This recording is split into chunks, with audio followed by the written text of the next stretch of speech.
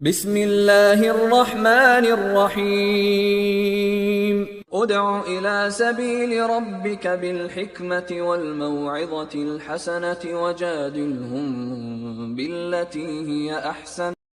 الحمدللہ رب العالمین والعاقبۃ للمتقین والصلاة والسلام علی رسول الکریم، اما بعد۔ آگے امام بخاری الرحمٰ نے باب باندھا ہے، باب مناقب عمر بن الخطاب ابی حفص القرشی العدوی۔ باب اس بیان میں ہے حضرت ابو حفص عمر بن خطاب قرشی عدوی کی فضیلت کا بیان۔ آپ نے سنا ہوگا کہ پہلے خلیفہ ابو بکر رضی اللہ تعالیٰ عنہ ہیں، جن کی فضیلت پر کچھ باتیں ہوئی ہیں۔ دوسرے نمبر کے جو خلیفہ ہیں وہ ہیں عمر بن خطاب رضی اللہ عنہ۔ ان کو ابو حفص بھی کہا جاتا ہے، یہ ان کی کنیت ہے، اور باقی قرشی عدوی یہ ان کے خاندان کا لقب یا ان کی طرف منسوب ہے۔ حدیث نمبر ہے 3679، عن جابر بن عبداللہ رضی اللہ عنہ قال، جابر بن عبداللہ رضی اللہ عنہ سے روایت و بیان کرتے ہیں، قال قال نبی صلی اللہ علیہ وسلم رأیتنی دخلت الجنہ، کہ اللہ کے رسول صلی اللہ علیہ وسلم نے بیان کیا کہ میں نے خواب میں دیکھا کہ میں جنت میں داخل ہوا ہوں۔ بہت بہترین خواب، اللہ کرے ایسے سب کو خواب آتا رہے۔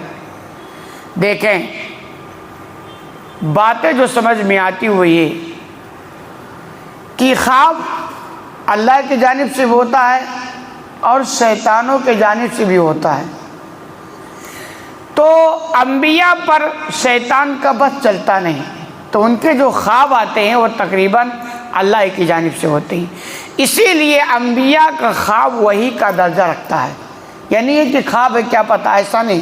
انبیاء کے تعلق سے ہے کہ انہوں نے جو خواب میں دیکھا وہ صحیح ہے، حقیقت ہے، وہی کا درجہ رکھتا ہے۔ ایسے ہی اگر آپ آگے بڑھیں تو ایسے بھی سمجھ سکتے ہیں کہ ہم لوگوں کے بھی خواب آتے ہیں، ہمارے یہ بھی امکان ہے اللہ کی جانب سے بھی خواب ہو اور شیطان کی جانب سے بھی، لیکن یہ بات تو سمجھ میں آتی ہے کہ جس کی زندگی جیسی ہوگی تقریباً اس کو خواب ویسے ہی آتے ہیں۔ جس کی زندگی شیطانی والی زندگی ہے نا، تو آپ دیکھیں کہ زیادہ خواب اس کو شیطان والے آئیں گے، اور جس کی زندگی اللہ والی ہوتی ہے آپ عموماً دیکھیں گے اس کو خواب میں اللہ کی جانب سے اشارے وغیرہ ملتے رہتے ہیں، تو یہ مسلم بات ہے۔ تو انبیاء کا خواب تو براق ہوتا ہے، وہی کا درجہ رکھتا ہے۔ تو وہ بیان کرتے ہیں کہ ایک مرتبہ آپ صلی اللہ علیہ وسلم نے بیان کیا کہ میں نے خواب میں دیکھا کہ میں جنت میں داخل ہوا، فَإِذَا أَنَا بِرُمَيْسَةٍ امرأة أَبِي طلحہ، تو میں نے جنت میں ابو طلحہ کی بیوی رمیسہ کو دیکھا، تو ان کے بھی جنت کی خوشخبری مل گئی، کیونکہ نبی خواب میں دیکھ لے وہی کا درجہ ہے۔ تو ابو طلحہ کی بیوی رمیسہ تھی، آپ بیان کرتے کہ میں نے ان کو بھی جنت میں دیکھا، یعنی وہ بھی جنتی ہیں۔ وَسَمِعْتُ خَسْفًا فَقُلْتُ مَنْ هَذَا، آپ بیان کرتے ہیں پھر میں نے اسی خواب میں جنت میں کچھ قدموں کی آواز سنی، پیروں کی آہٹ، کوئی آدمی چلے تو ایک آواز آتی ہے، تو آپ بیان کرتے اسی جنت میں نے پیروں کی آواز سنی، قدموں کی آہٹ، تو میں نے کہا بھی یہ کون صاحب ہیں جو جنت میں چل رہے ہیں، کتنے خوش نصیب ہیں۔ فقال هذا بلال، تو بتایا گیا خواب میں کہ یہ بلال رضی اللہ عنہ، یہ وہی بلال ہیں جو غلام تھے جنہوں نے بڑی مشقت کی زندگی گزاری ہے، اس کے بعد ان کو آزادی ملی لیکن پھر بھی تھے غریب ہی، لیکن اتنا درجہ اسلام نے ان کو دیا کہ یہ مؤذن رسول یا مؤذن حرم کہلائے، اور کو ایسا موقع تھوڑا سب کو ملتا ہے۔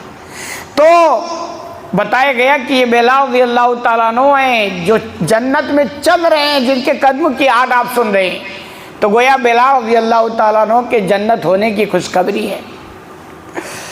وَرَأَيْتُ قَصْرًا بِفَنَاءِ جَارِيَةٍ، پھر آگے آپ بیان فرماتے ہیں اسی خواب کا جز کہ میں نے ایک محل دیکھا، بلڈنگ، وہ محل جنت والی محل ہے، اس کا آپ دنیا میں تصور نہیں کر سکتے ہیں۔ تو اسی محل کی تو ہمیں تیاری کرنی چاہیے حقیقت میں، جہاں ایک بار گئے تو نہ وہ کبھی جانے والا ہے، نہ زندگی کبھی ختم ہونے والی ہے۔ کیا ہم دنیا کے چکر، اس کا مطلب نہیں کہ آپ یہاں گھر نہ بنائے، بلڈنگ نہ بنائے، لیکن وہ جو ہم آخرت خراب کر کے بناتے نا وہ گڑبڑ ہے۔ مقصد آخرت ہونی چاہیے۔ دنیا کیا ضرورت ہے، آپ بلڈنگ مل گئی تو بھی گزارا ہو جائے گا، کرائے میں ہے تو بھی گزارا ہو جائے گا، جھوپڑی میں سب گزر جائیں گے، لیکن اصل جو ہے وہ جنت میں بلڈنگ بننی چاہیے۔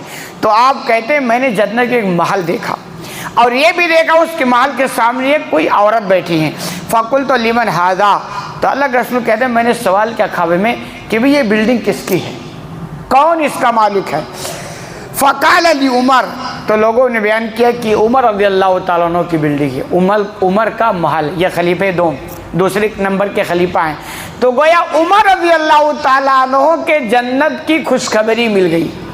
اللہ ایسے کرے ہم سب کو بھی جنت ہی کی سرٹیفکیٹ دے دے اور اعلان کر دے کہ میں نے فلاں فلاں کو جنت میں جگہ دے دی، تو کتنی کیوں یہی تو مقصد ہے ہماری زندگی کا مقصد، حقیقت میں جنت کا حصول ہے، نہ کہ یہ دنیا بنانا۔ یہ تو ضرورت ہے، بن گئی تو بھی ٹھیک، نہیں بنی تو بھی ٹھیک، مقصد ہمیں جو ہے ہماری زندگی کا وہ جنت کا حصول ہے۔